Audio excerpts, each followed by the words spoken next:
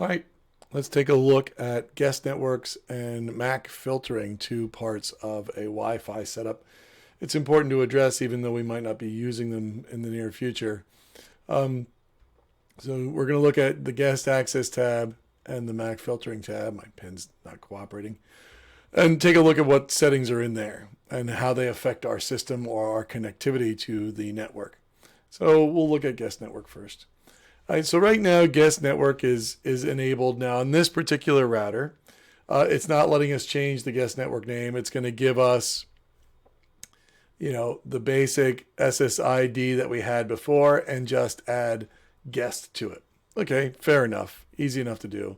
Many will allow you to name the guest network something separate. This one provides a password for the guest and your ability to change that password. You can say make it something a little bit more than guest. My suggestion is, as with all things, never accept the defaults. If you aren't comfortable setting these things up, you shouldn't be enabling the guest network. It's just a security risk. So the first thing I'm going to try when I'm at somebody's house is guest or be my guest or let me in or password or admin. No duh, that's what they are. So always change that default password. And then this system allows us to reserve or limit the number of guest connections. Probably a pretty wise thing to do, right? We don't want any number of them doing it. And really, we should be turning this on and off as we need it. We shouldn't enable it and just let it run the entire time we're open, for business. People are going to see that SSID. And then again, just like before, enable or disable that SSID. Again, if you disable it, you'll get an unknown network, right? It still sees it, but doesn't have an SSID to broadcast. And still the same issues with that. Certain devices simply do not like to connect to networks that aren't broadcasting, right? So I'm going to show you an example of how it does that. How is a guest more secure? Because guest networks only provide you access from your router, right, to the internet, right? So that's all a guest network is doing.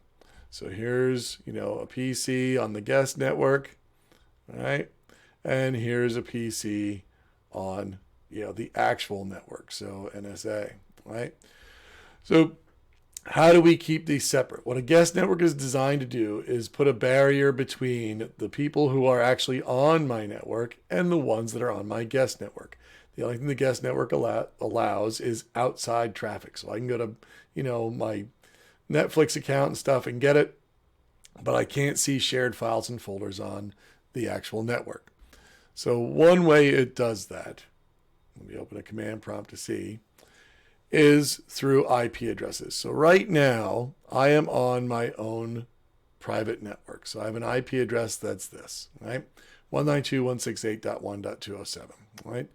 Now, if you recall, we set up our Wi-Fi network, or our router, to be 192.168.10.1, and it's doling out addresses from 10.20 all the way up to 10.69, right? 50 addresses, right?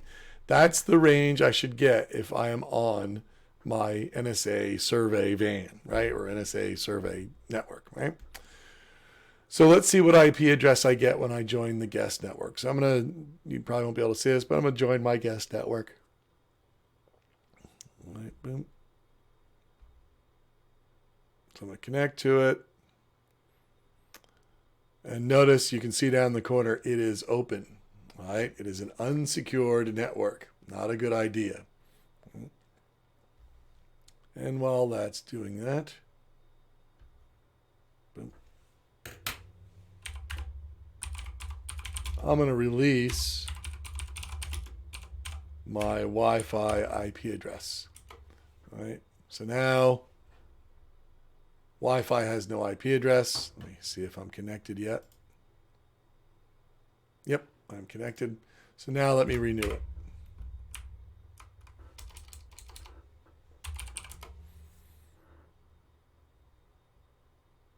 There it goes. And notice what my IP address is now, right? It is neither the .1 nor the .10. Come on. It really doesn't like my pen today. There it is. Right. So 192.168.33.1, right? So it's giving me an entirely different network. And I am on a different network than the .10.0 network, right? So because I'm on a different network, I cannot communicate with anybody on the .10 network. IP rules still apply.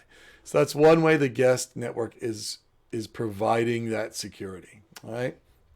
Oh, and notice, I'm sorry, I circled the default gateway. That's my IP address. That's the default gateway. Sorry. Still on a different network. So I'm even going out to the internet through a different IP address. The guest network assigns a new IP to the router, assigns a new DHCP scope, gives me a number on that scope, and now all I can see is the router and my way out. And that's it.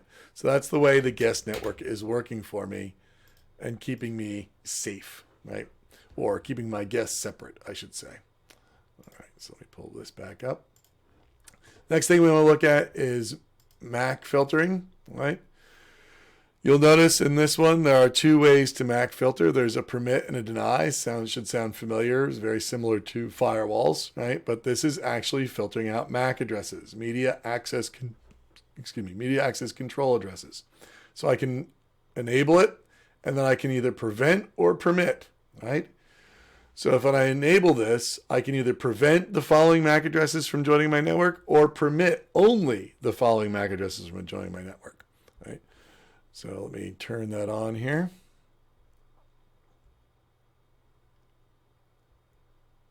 Okay. So now I'm only going to permit certain addresses. Notice that it is in this format, colons. When I do an IP config, if I do an IP config all, it's going to be dashes. So slightly different format than if you do an IP config. But the same MAC address applies. So all I got to do is enter a MAC address into that spot. And that's the only one, that MAC address is no longer allowed to connect to my wireless network, at least on this router, right? If I permit, then only that one is allowed.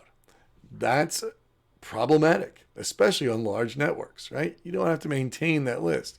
However, on a small, ultra-secure network, and if I'm setting up laptops in a lab and I don't want anybody else joining the Wi-Fi in that lab, I can provide IP addresses inside that list, and only those devices are allowed to join, right? Now, there are ways around that, specifically MAC spoofing. We'll get to that in a little bit and see if you can't get that to work. But there's my permit and prevent, MAC addresses. I typically don't run those because the networks I worked on had way too many machines to do that. But in a small scale application, that makes your network fairly secure. Again, as I said, we'll see how there's ways around that. Okay, so that gives you an idea of how to set up the guest network and how it protects you and how to set up the Wi-Fi access filter, right? Or I'm sorry, the wireless MAC filter, excuse me. From that point, now you have to get into access policies, which is your firewall, and port forwarding. That'll be next, okay? If you have any questions on MAC filtering or guest access, you know where I am.